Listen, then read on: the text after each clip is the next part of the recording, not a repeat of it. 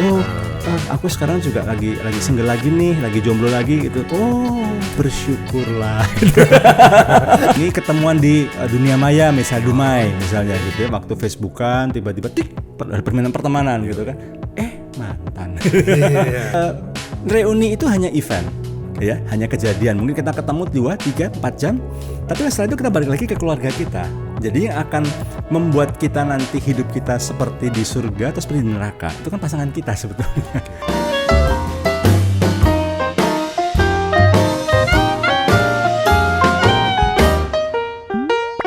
Ngejamu Powered by Unimax Power.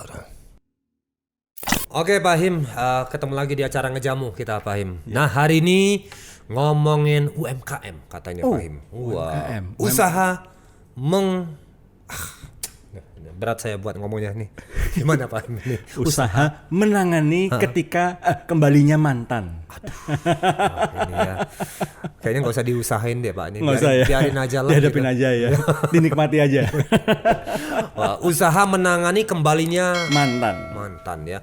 Emang harus dikendalikan kembalinya mantan Pak. Kan ya namanya juga gimana gitu Pak Him. Nah, satu sisi memang kalau relasi kita sudah menikah dan relasi kita dengan pasangan baik-baik saja, maka nggak jadi masalah, ya kan?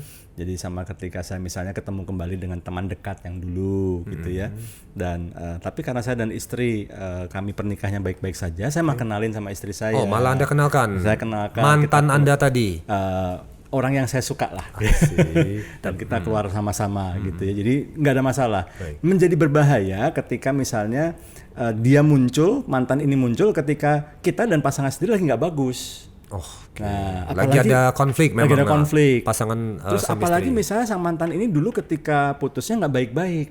Sebenarnya pengen jalan terus, tapi karena satu dan lain hal, misalnya tantangan dari orang tua atau kemudian lulus SMA, dua-duanya sama-sama bekerja atau kuliah di tempat yang berjauhan, sehingga akhirnya nggak bisa nyambung lagi. Ini kan penasaran gitu kan. Nah, ketika lagi kosong, ketika lagi bermasalah, tiba-tiba mantan muncul dan sepertinya mantan ini juga menunjukkan perhatian. Dia juga rumah tangga lagi bermasalah. Atau malah sudah sendirian misalnya gitu ya.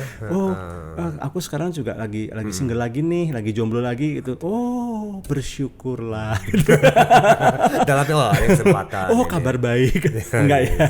Nah, ini memang kalau kita tidak hati-hati, ini akan malah merusak pernikahan yang sudah kita bangun dan susah payah juga gitu Pak. Itu kenapa kembalinya mantan ini harus kita sikapi dengan hati-hati dan bijaksana. Karena sebelumnya memang sudah ada ada api yang dulu sempat menggelora membara gitu ya, menyala-nyala. Sempat padam sekian tahun. Padamnya ternyata mungkin bukan karena baik-baik, bukan karena hal yang gimana masih pengen nerusin, jadi masih penasaran. Masih ada lah dikit-dikit itu ya. Masih penasaran, kalau diterusin gimana nih endingnya nih gitu. Ibaratnya baca buku Kopingho, nyebut penulisnya aja langsung pada tahu ini orang lama nih, udah tua nih gitu ya. Penulis novel gitu ya, yang baru sampai tengah-tengah tiba-tiba kita berhenti. Itu kan kita penasaran kan endingnya gimana. Atau juga bisa juga ketika mantan kembali ini putus tidak secara baik-baik oleh karena memang ada luka, ada trauma, ada mimpi buruk misalnya, sehingga memang justru ketika mantan muncul kembali kita malah jadi susah tidur karena keinget sekali dulu pertengkarannya gimana, dulu mungkin ada KDRT juga, mungkin ada kekerasan juga, atau jangan-jangan memang dulu sempat memang berjalan kisah-kisah yang begitu romantis, begitu sempat saling menyayangi, saling mencintai, indah, cuman karena kita berbeda keyakinan akhirnya kita tidak meneruskan.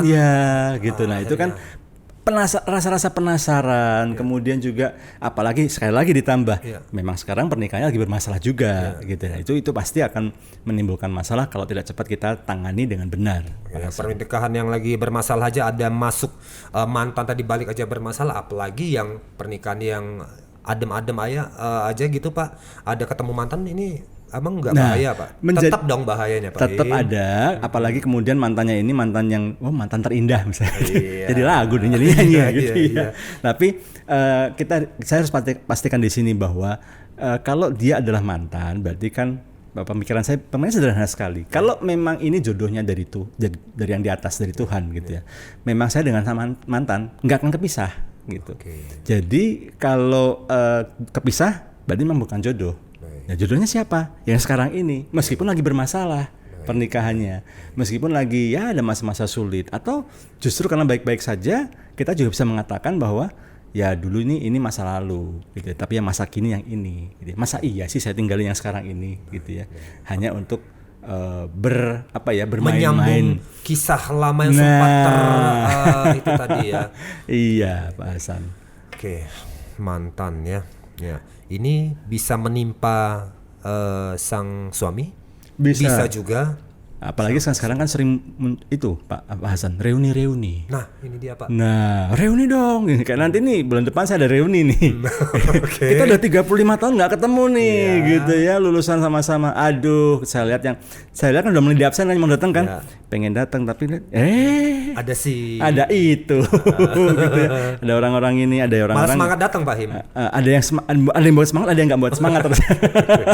Nah, ini ngomong reuni tadi sempat bilang. Nah. Ini juga ada ada sohib kita juga yang justru beliau ini malah menutup pintu rapat-rapat dengan yang namanya reuni Pak Him. Iya, Nah karena ini gimana undangan-undangan seperti ini?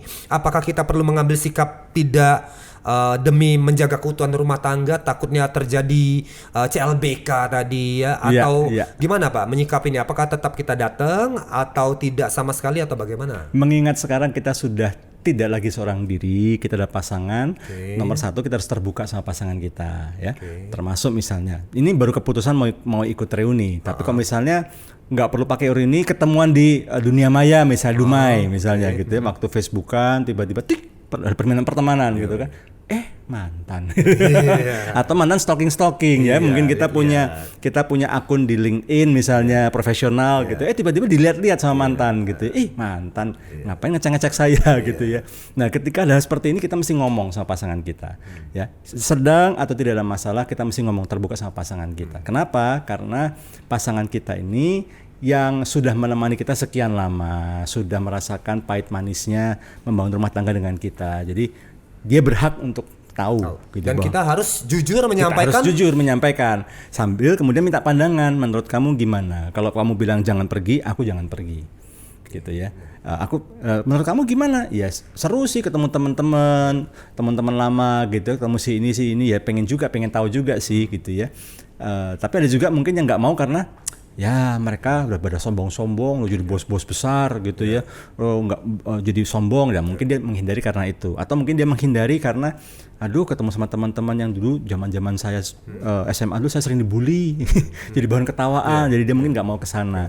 Tapi kalau balik lagi ya, kalau memang kita ada undangan seperti itu, kita mesti cerita sama pasangan. Jadi kalau ada acara reuni, sampaikan kita cerita, ke pasangan, kita ajak. Oh diajak. Kita tanya sama panitia, boleh ngajak pasangan nggak? Mati kartu dong Pak.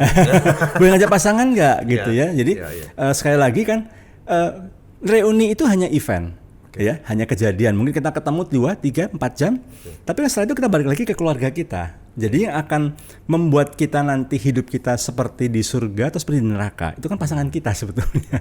Jadi itu kenapa kita perlu terbuka dengan pasangan, kemudian kita tawarkan mau ikut nggak, gitu ya. Kita tanya sama panitia juga, boleh nggak pasangan ikut.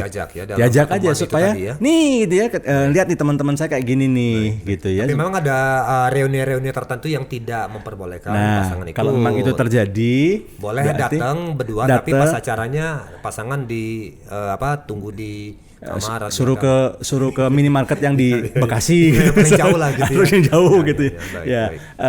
Atau memang kemudian kalaupun nggak ikut pasangan kita, tetap kita terbuka, kita datang ke situ berapa lama, kemudian kita pulang jam berapa, kita terbuka, dan kemudian kalau perlu di tengah-tengah reuni kita telepon gitu ya, kita video call sebentar, ini kayak gini nih suasananya, laporan pandangan mata gitu ya misalnya. Sekali lagi ini tujuannya bukan karena kita takut dengan pasangan kita, tapi karena kita ini kan cuma 2-3 jam saya hahi, tapi setelah itu kan saya balik lagi dengan keluarga saya. Dia akan menemani saya sampai seumur hidup saya. Jadi dengan mitra seumur hidup kita harus lebih terbuka dan jujur. Ini dia ngomongin kembalinya mantan ya dalam bahasan kita hari ini Pak Im ya. Sebenarnya kan ya namanya orang ada kerap kita menyebut hanya sekedar menjalin silaturahmi, katanya begitu ya, menjalin hubungan baik kembali. Iya, ya. iya, iya. Nah ini soalnya tapi ini masalahnya nih adalah orang ini adalah mantan Pak, bukan teman baru atau bukan apa. Ini karena memang tadi sebelumnya memang sudah ada api-api cinta, sebelumnya sempat menyala di situ gitu loh. Nah sebaiknya kalau ada terjalin kembali kontak-kontak dengan mantan, dilanjut apa udah cut off sampai hanya say hello apa kabar baik-baik sudah oke bye-bye atau lanjut? Oke, jadi sudah pastilah namanya mantan mungkin ada yang masih penasaran gitu ya, atau mungkin dia merasa waktu itu yang putusin kamu kan, aku nggak mau putus, aku mau nyambung lagi nih gitu misalnya gitu, masih penasaran, mungkin dia masih nggak terima dengan keputusan yang dulu, mungkin dia ya hanya sekedar ya daripada saya stalking rahasia, mendingan saya terang-terangan saya ngajak ngobrol. Kembali lagi kalau saya yang pertama setelah kita ngomong sama pasangan, yang kedua kemudian kita jaga jarak, kita harus hati-hati. Artinya begini, kita kan berumah tangga, apalagi sudah ada anak ya. Kita kan tidak hanya sekedar membesarkan anak, tapi kita juga harus kasih contoh yang baik kepada anak. Kita juga harus latih mereka, memberi inspirasikan anak kita. Rumah tangga seperti apa akan mereka bangun. Nah, kalau seandainya kita bermain-main api nih Pak Hasan dan juga pendengar ngejamu gitu ya, kita mau kasih edukasi apa ke anak kita? Boleh nih main-main api. Anak-anak kan nggak tahu Pak. Ya kan nggak tahu, ya kan lama-lama tahu. Anak sekarang pinter-pinter gitu. Jejak digital tuh nggak bisa hilang loh. Ketahuan semua. Bisa ketahuan semua ya kan. Jadi lebih baik kita jaga ya. Sekali lagi ini dulu, ini masa lalu ya. Indah untuk dilihat ya, seperti kita melihat foto kenangan kita ketika menikah, seperti ketika kita melihat kembali postingan-postingan kita di masa lalu, tapi kita hidup di masa sekarang dan masa depan. Yang dari masa sekarang masa depan adalah pasangan kita. Jadi jaga jarak, kemudian kalau memang dirasa mengganggu, mantannya ngerangsek terus misalnya nih, waduh ini nggak bisa nih. Jadi kita harus jaga jarak, kita harus tegas, kita tetap sopan tapi kita tegas.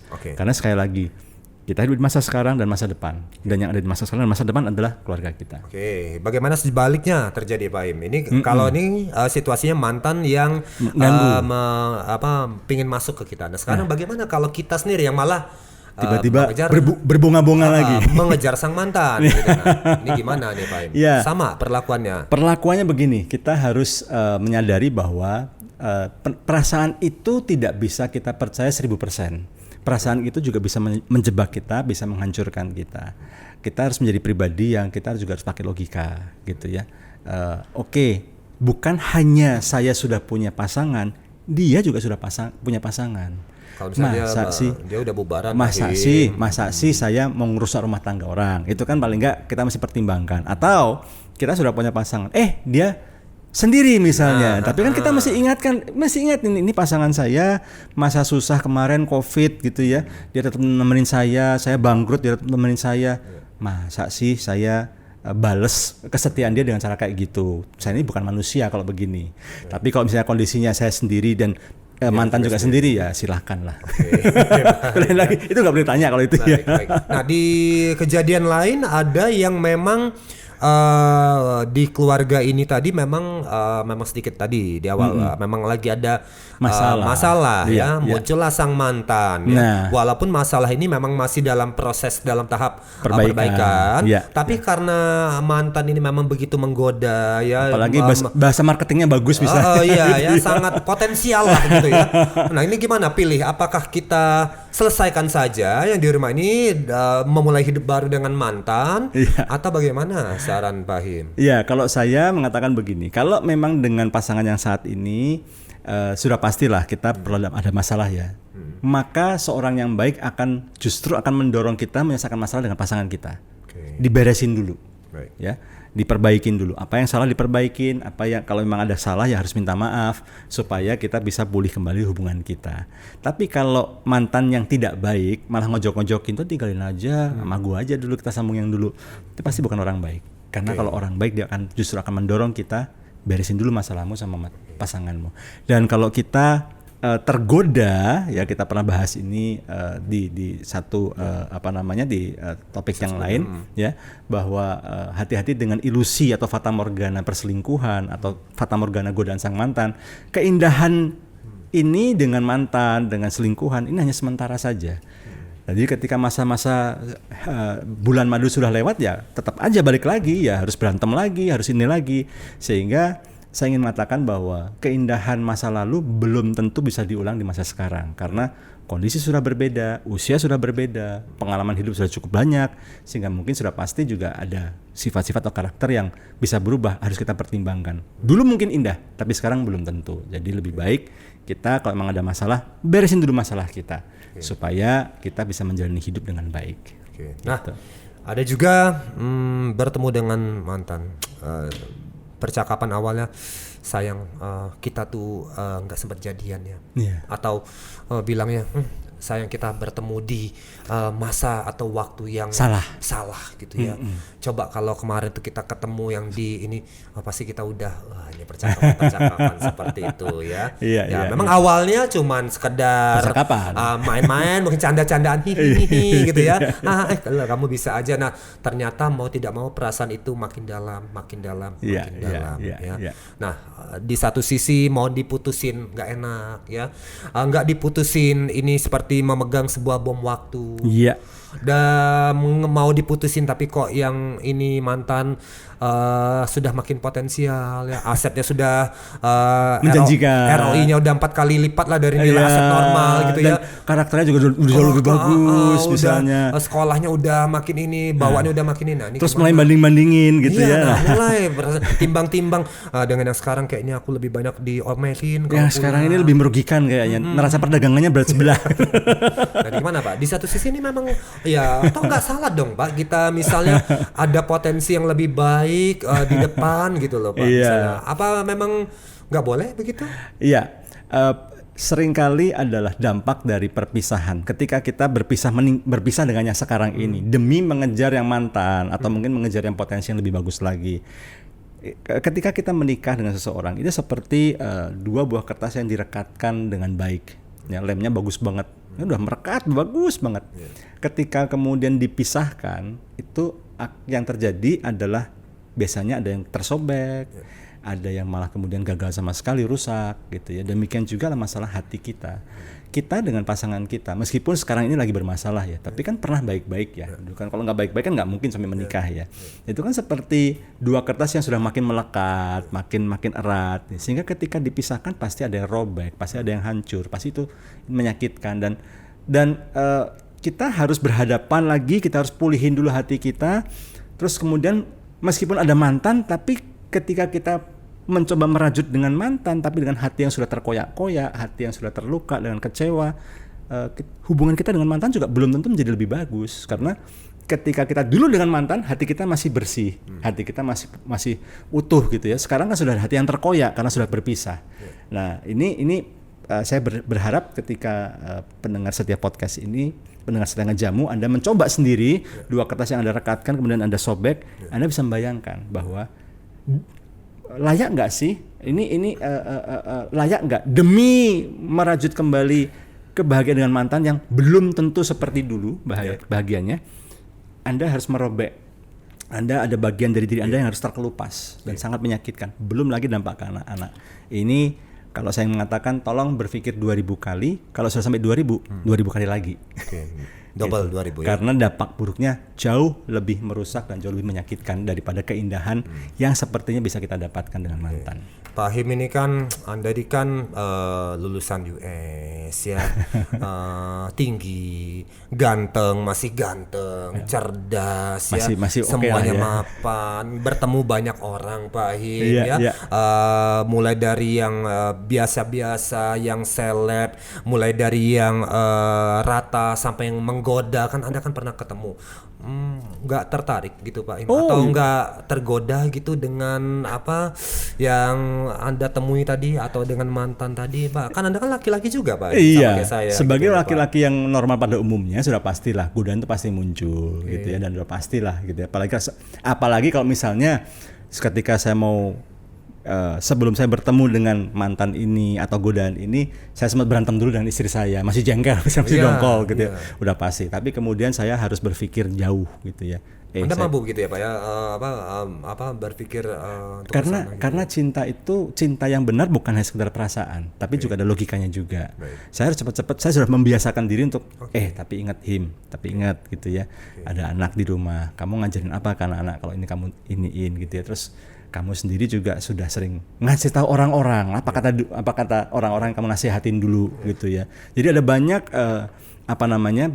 pembatas-pembatas yang saya pasang, barrier-barrier yang saya pasang, pagar-pagar yang saya Anda udah pasang, menyiapkan itu ya, luar sehingga saya belajar untuk ya sudah, ya ini kan masa lalu, anggap aja saya seperti nonton film, filmnya udah selesai, kembali ke dunia nyata, gitu. Dan itu yang selama ini membantu saya, menyelamatkan saya dari godaan-godaan.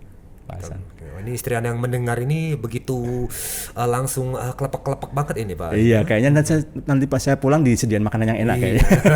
Dan ini mantan-mantan yang mendengarkan dialog Anda ini juga justru bisa dua kejadian ini Pak ya.